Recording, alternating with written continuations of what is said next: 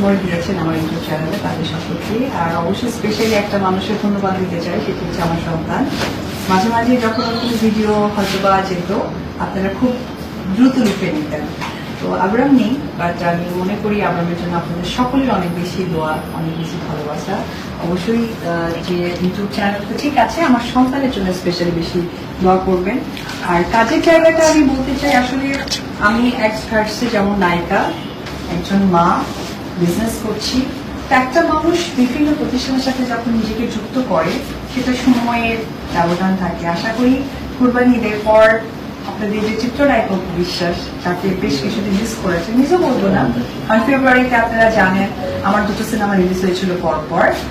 তো তার মাঝে আমি একটা প্রতিষ্ঠান দিয়েছি, সেখানেও সময় গিয়েছে। তারপর আমার সন্তানের স্কুলিং এর ব্যাপার, তাকে সময়, তো সবকিছু মিলে আবার সেই চিত্রনায়ক বিশ্বাস ইনশাল্লাহ ঈদের পর